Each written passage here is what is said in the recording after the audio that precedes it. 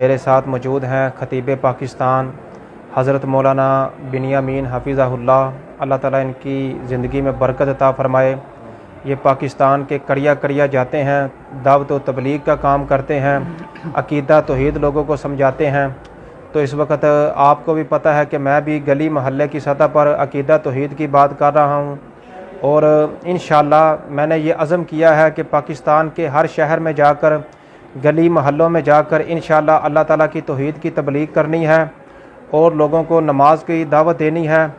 تو انشاءاللہ تعالیٰ یہ میرا مشن ہے۔ تو اس حوالے سے آج قاری صاحب کے ساتھ میری ملاقات ہوئی ہے۔ تو اللہ پاک قرآن کریم میں فرماتے ہیں ادعو الی سبیل ربک بالحکمہ والموعظۃ الحسنہ۔ دعوت و تبلیغ کا جو کام ہے اس کے لیے اللہ پاک نے جو ذمہ داری ہمارے اوپر عائد کی ہے، ہر وہ شخص جس کے اوپر یہ ذمہ داری ہے اس کو کچھ چیزوں کو ملحوظ خاطر رکھنا چاہیے۔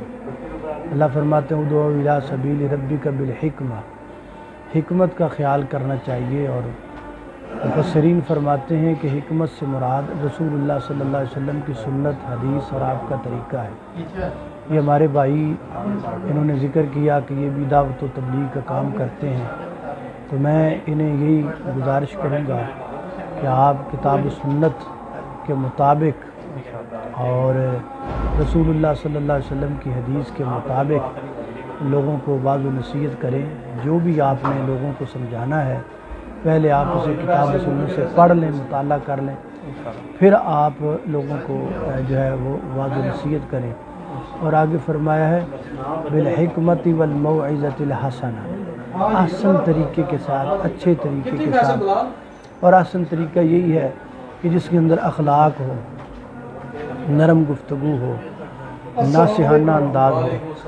تو یہ وہ طریقہ ہے جو شریعت نے بیان کیا ہے۔